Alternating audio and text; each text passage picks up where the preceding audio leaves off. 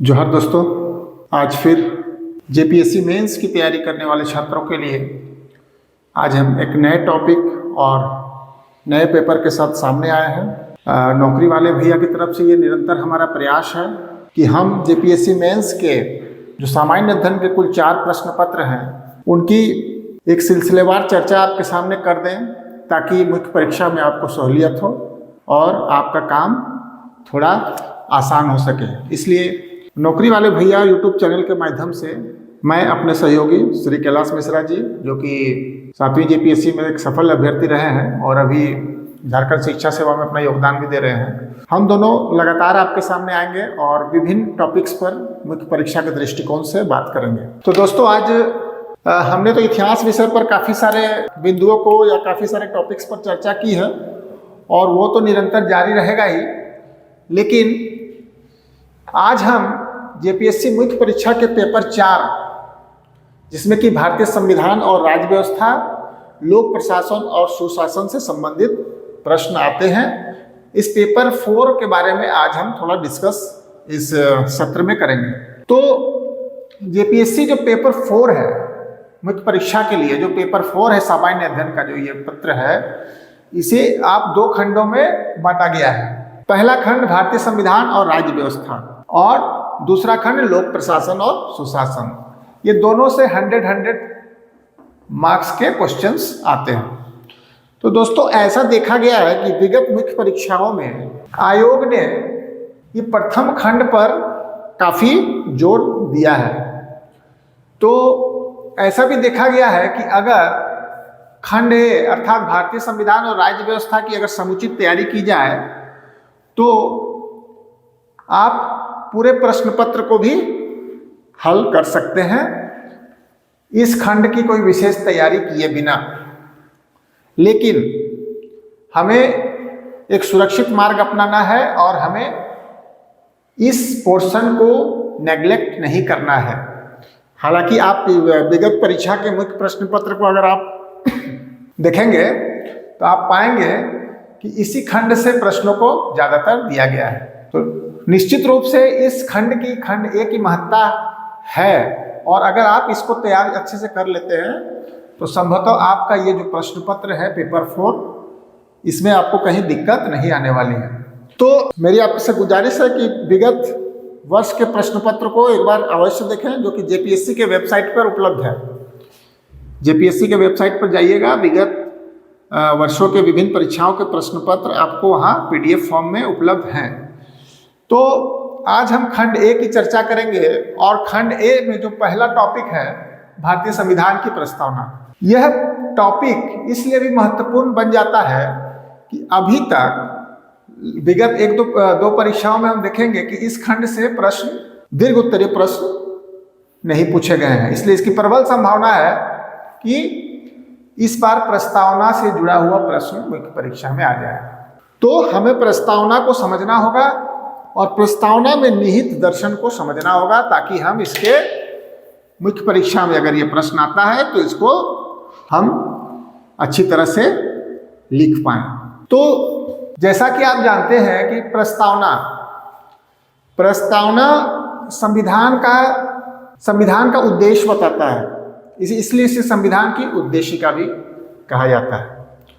तो आखिर जो पहला टॉपिक है, इसमें प्रस्तावना में निहित दर्शन के बारे में पूछा गया है कि आखिर इसका फिलोसॉफी क्या है। ये भारतीय संविधान की जो रचना हुई, वो संविधान क्या चाहता है, उसका दर्शन क्या है, वो देश को किस रूप में पाना चाहता है।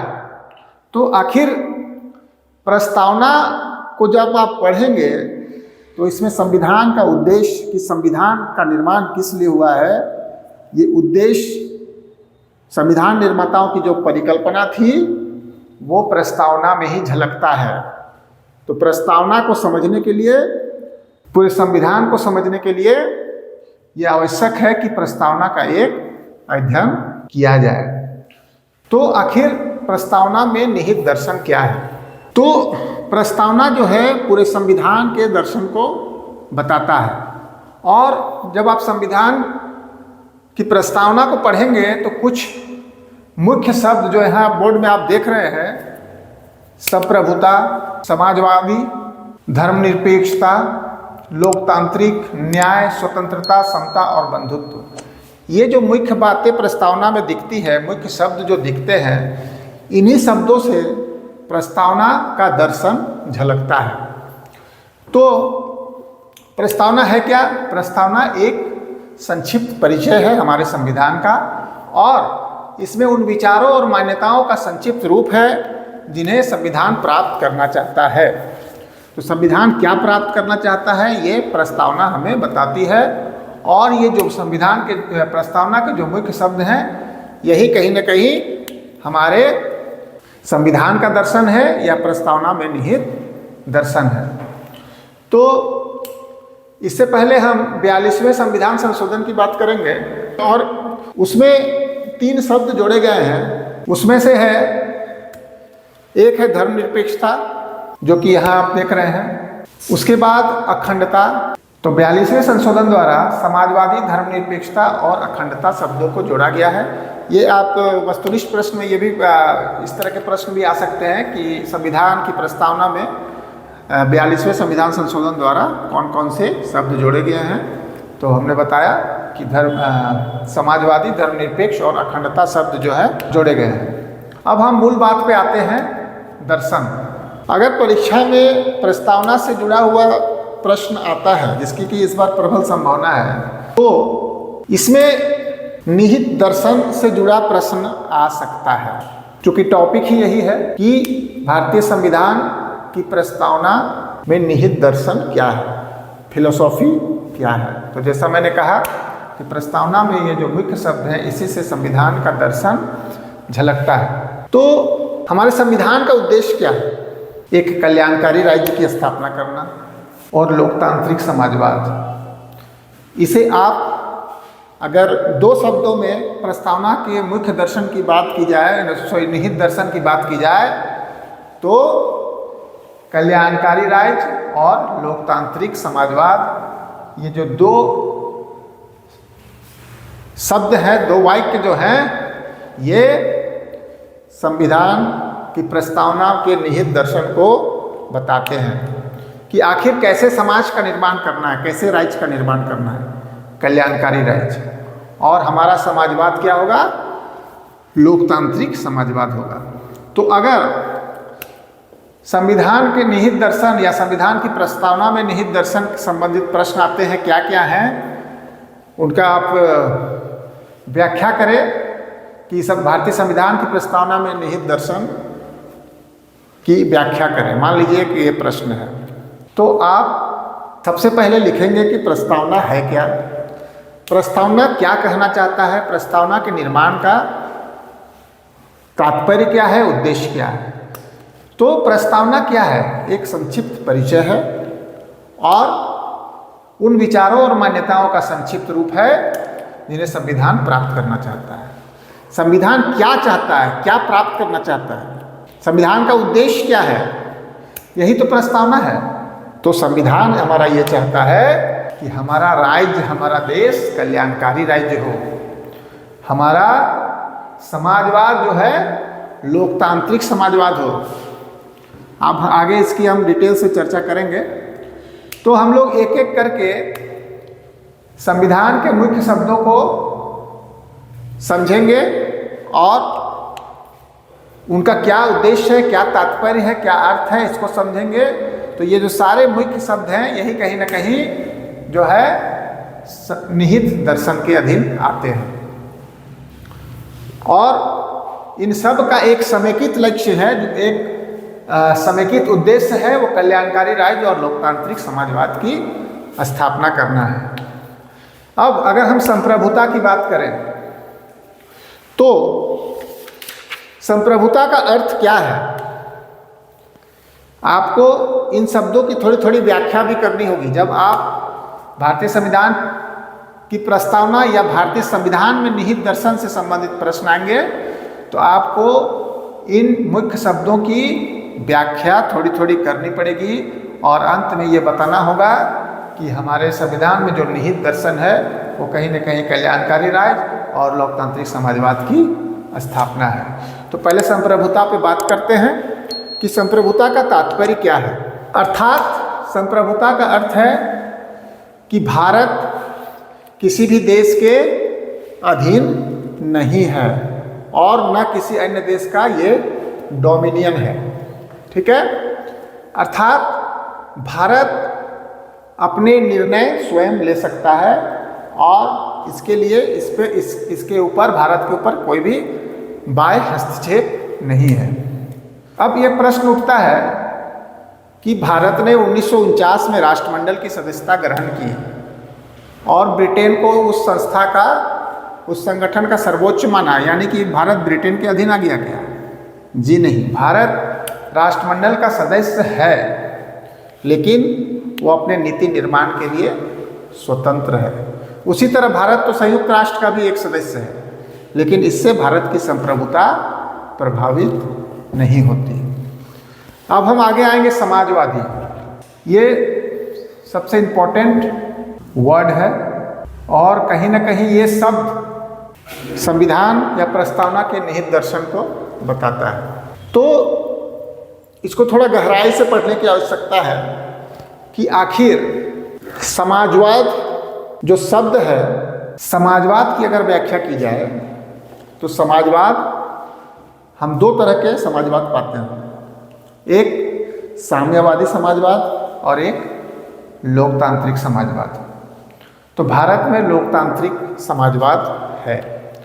तो ये साम्यवादी समाजवाद और लोकतांत्रिक समाजवाद में जो मुख्य अंतर क्या है? तो लोकतांत्रिक समाजवाद जो है ये मिश्रित अर्थव्यवस्था की बात करता है, अर्थात उत्पादन के संसाधनों पर निजी और सार्वजनिक क्षेत्र की सहभागिता को सुनिश्चित करने की बात करता है।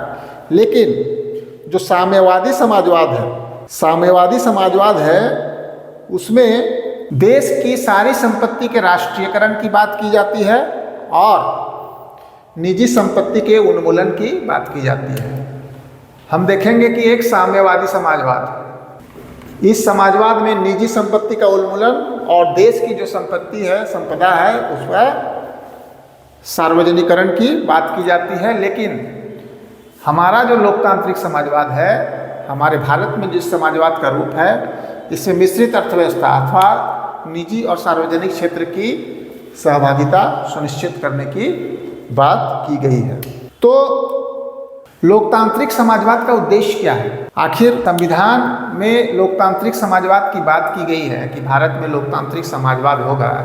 इसके पीछे सोच क्या है, इसके पीछे निहित दर्शन क्या है? तो सर्वोच्च न्यायालय ने भी एक बार कहा था कि लोकतांत्रिक समाजवाद का उद्देश्य, सर्वोच्च न्यायालय ने अपनी टिप्पणी में एक बार कहा था कि लोकतांत्रिक समाजवाद का जो उद्देश्य है वो गरीबी, उपेक्षा, बीमारी और अवसर की असमानता को समाप्त करना है। गरीबी, उपेक्षा, बीमारी, अवसर की असमानता, ये जो चीज़ें हैं इनके उन्मूलन की बात ये लोकतांत्रिक समाजवाद कहता है और उन असमानताओं को समाप्त करने की बात करता है।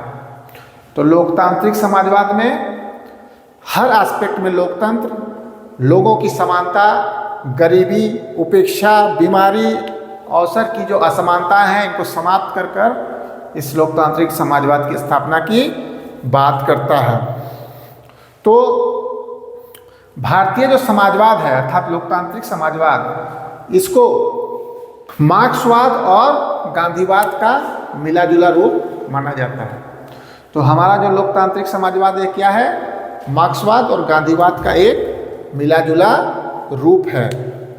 तो इसकी व्याख्या आपको समुचित ढंग से करनी होगी और इसके लिए आप एक प्रमाणित किताब आती है लक्ष्मीकांत की भारतीय राज्य व्यवस्था, आप उसको एक स्टैंडर्ड बुक के रूप में, रेफरेंस बुक के रूप में आप प्रयोग करेंगे। फिर हम आते हैं धर्मनिरपेक्षता की ओर। तो भारतीय संविधान की प्रस्तावना में एक धर्मनिरपेक्ष राज्य की परिकल्पना की गई है। जैसे मैंने बताया कि 42वें संविधान संशोधन द्वारा इस शब्द को जोड़ा गया था। तो ये धर्मनिरपेक्षता है क्या? अर्थात भारत का कोई राजधर्म नहीं होगा। यहाँ के लोगों को धार्मिक स्वतंत्रता दी गई है अपने धर्म, अपने संप्रदाय को मानने, उनका प्रचार प्रसार करने, उनको बढ़ावा देने का।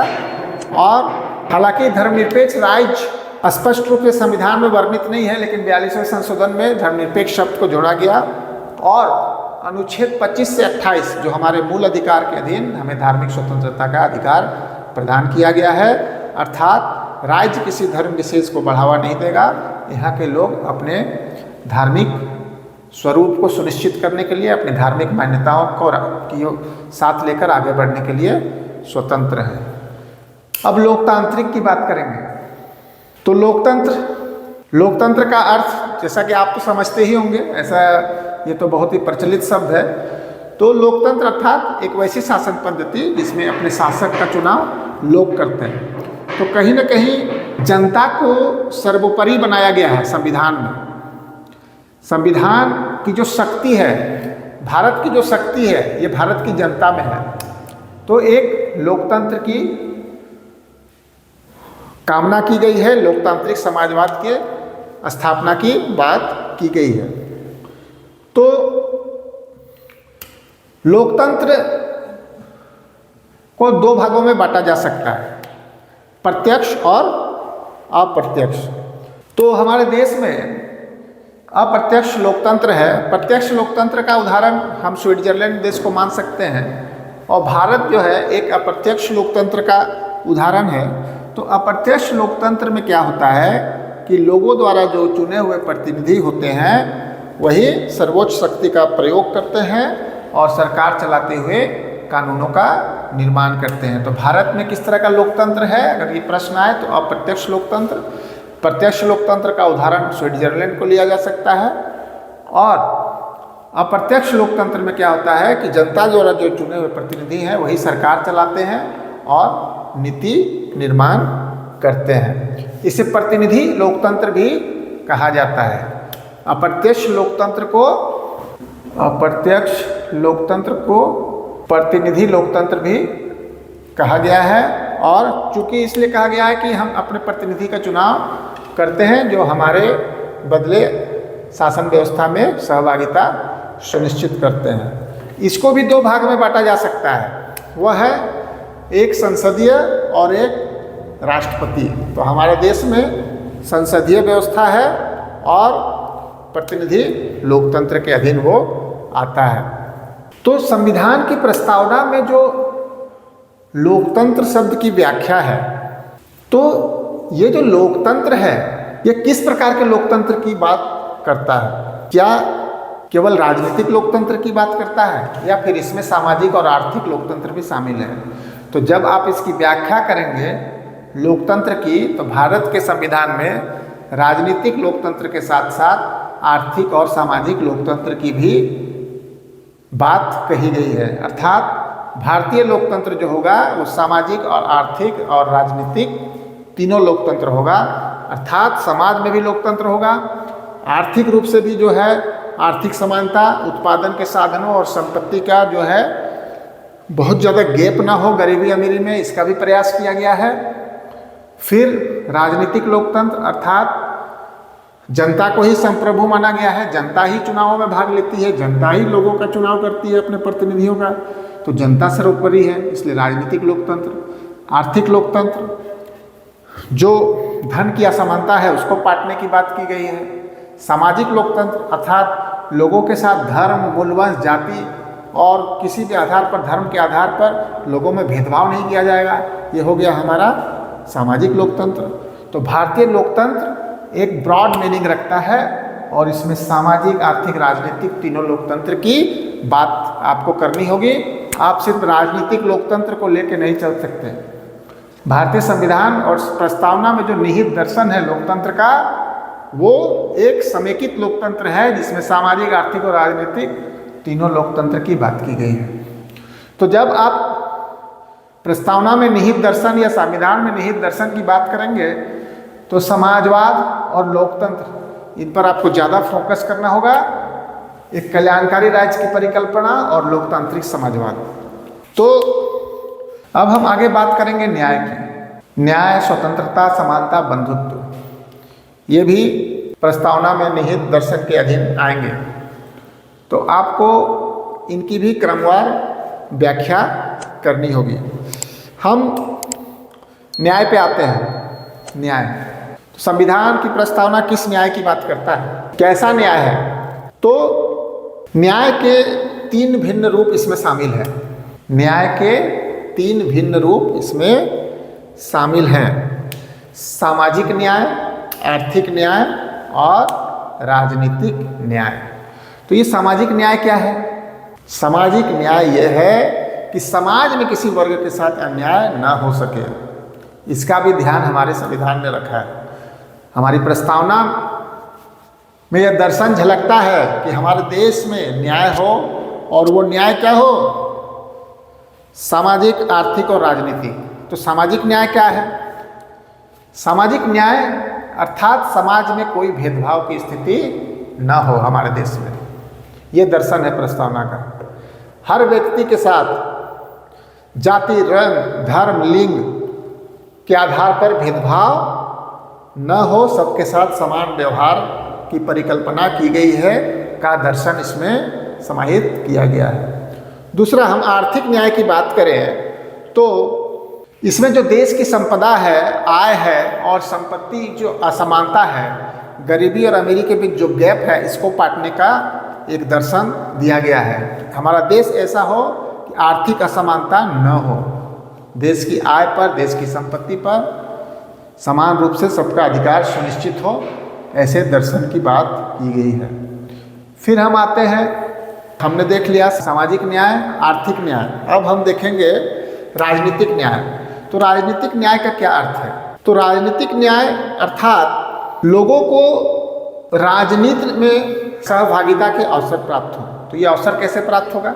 चूंकि हमारे देश में लोकतंत्र है और जनता ही सर्वोपरि है, तो जनता ही अपने प्रतिनिधि चुनती है, जनता ही चुनाव में खड़ी होती है, जनता ही अपने प्रतिनिधि के रूप में भी खड़ा होती है। तो कहीं ना कहीं जनता ही सर्वोपरि है। और राजनीति में अगर लोगों को प्रवेश करना हो, अपनी बात पहुंचाने का अधिकार लोगों में होना चाहिए, यही है राजनीतिक अधिकार। अर्थात राजनीतिक दफ्तरों में प्रवेश करने में कोई रोक टोक लोगों को ना हो, राजनीति में भागीदारी लोग अपना सुनिश्चित कर सके, यही राजनीतिक आपका न्याय है। अब हम स्वतंत्रता की बात करेंगे।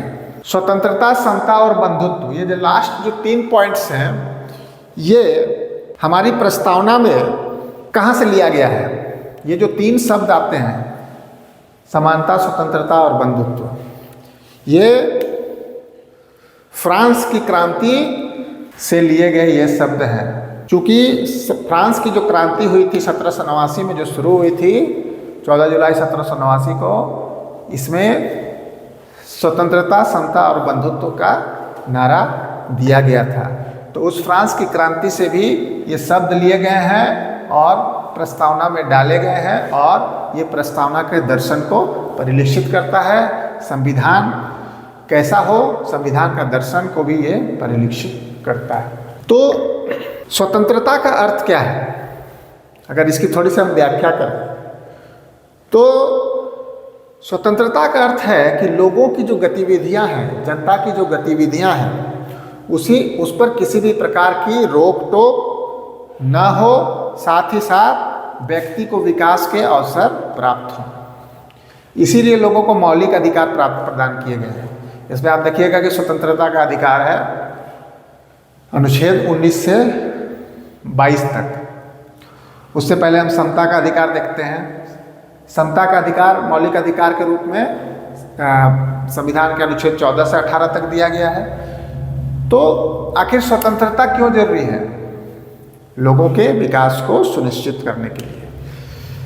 अब क्या ये स्वतंत्रता असीमित है? नहीं, संविधान के दायरे में रहते हुए लोगों को विकास के अवसर मिलने चाहिए, अधिकार मिलने चाहिए।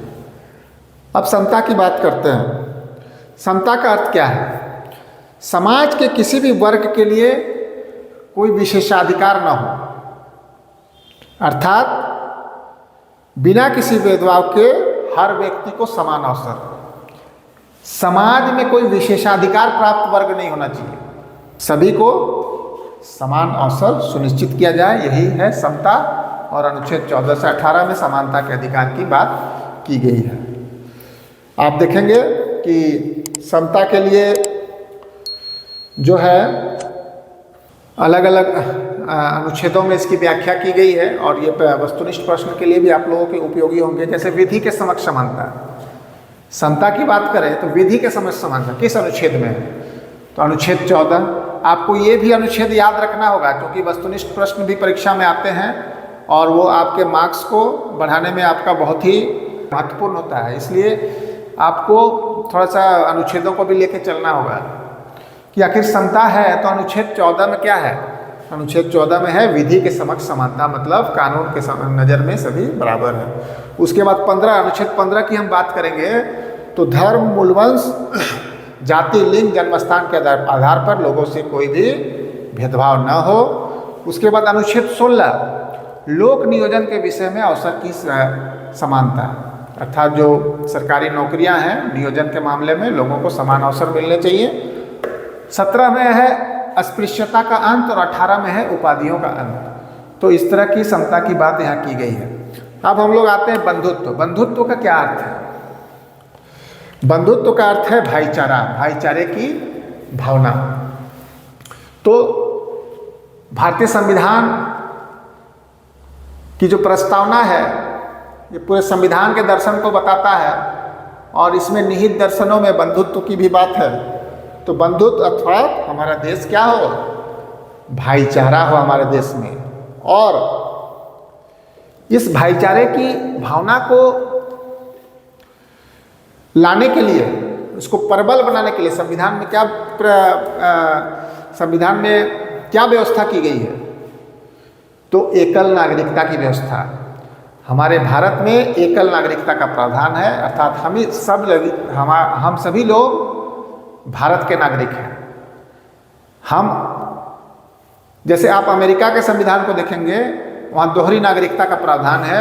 वहाँ के लोग अमेरिका के नागरिक होते हुए अपने अपने राज्यों के भी नागरिक होते हैं। लेकिन इस भाईचारे की भावना को सुदृढ़ करने के लिए क्या रखा गया है? एकल नागरिकता का प्रावधान हमारे संविधान में रखा गया है। उसके बाद मौलिक कर्तव्यों की बात की गई है। अनुच्छेद 51 क में 51 क में मौलिक कर्तव्यों की बात की गई है। तो इन मौलिक कर्तव्यों को संविधान में जोड़ने के पीछे उद्देश्य क्या था कि धार्मिक, भाषाई, क्षेत्रीय अथवा विविधताओं से ऊपर उठकर हम लोगों के एक समान कर्तव्य होने चाहिए, देश के प्रति हमारा कर्तव्य होना चाहिए। तो ये मौलिक कर्तव्य कहीं ना कहीं हमारे भाईचारे की भावना को और सुदृढ़ करती है। तो दोस्तों अब हम आते हैं फिर इस प्रश्न पर कि आखिर भारतीय संविधान की प्रस्तावना में निहित दर्शन क्या है? दर्शन मीन्स फिलॉसफी। तो क्या सोच है हमारे संविधान के निर्माण के पीछे? सोच क्या है? हम एक कैसे भारत की परिकल्पना करना चाहते हैं? हम कैसा देश चाहते हैं? हमारा देश कैसा हो? इन सब के लिए प्रस्तावना में जो मुख्य शब्द है वो ये है, और निहित दर्शनों में हमें क्रमवार इन शब्दों को व्याख्या करना पड़ेगा। क्योंकि ये दीर्घ उत्तरीय प्रश्न है तो संविधान में जो प्रस्तावना के निहित दर्शन है वो संविधान के इन मुख्य शब्दों से परिलक्षित होती है, और इनका क्रमवार व्याख्या करते हुए हम अंत में इस पर अंत करेंगे कि कहीं न कहीं हमारे देश के जो संविधान में जो निहित दर्शन है वो एक कल्याणकारी राज्य की स्थापना और लोकतांत्रिक समाजवाद है। तो आप इसको वैसे ही क्रमिक रूप से लिखेंगे। पहले तो प्रस्तावना का अर्थ बताएंगे, प्रस्तावना क्या है। तो प्रस्तावना संविधान का एक उद्देश्य है, इसीलिए इसे उद्देशिका कहा गया है, एक परिचय है। और फिर हम आगे उसके निहित दर्शनों की बात करेंगे। धर्मनिरपेक्ष, लोकतांत्रिक और समाजवादी, इन तीन शब्दों की सिलेबस में चर्चा की गई है। लेकिन आप इन पर फोकस करते हुए अन्य शब्दों के बारे में भी थोड़ी व्याख्या करेंगे और अंत में कल्याणकारी राज्य और लोकतांत्रिक समाजवाद पर आप इस प्रश्न को अंत करेंगे। वैसे आप नीति निर्देशक तत्व भी आप जब देखेंगे तो उसका भी उद्देश्य है कल्याणकारी राज्य की स्थापना। तो कहीं ना कहीं पूरे प्रस्तावना को जब आप पढ़ेंगे, हम भारत के लोग से जो शुरू होता है उससे क्या है, भारत की जो शक्ति है वो जनता में निहित है और हमारा समाज कैसा हो, हमारा देश कैसा हो, इसके लिए एक दर्शन आप प्रस्तावना में झलकता है और वो इन शब्दों के माध्यम से झलकता है। अतः इन्हीं शब्दों की व्याख्या आपको अपने उत्तर में करनी होगी। तो उम्मीद करते हैं कि ये जो टॉपिक आपको अच्छा लगा होगा और आगे हम क्रमवार सिलेबस पे आगे बढ़ेंगे और एक एक करते हुए हम लोग इस पेपर 4 को ख़त्म करने का प्रयास करेंगे। तो आपसे अनुरोध है कि एक बार हमारे YouTube चैनल को कृपया शेयर कर दें, सब्सक्राइब कर दें और लाइक कर दें, ताकि हम और अधिक ऊर्जा के साथ आपके सामने आए। धन्यवाद।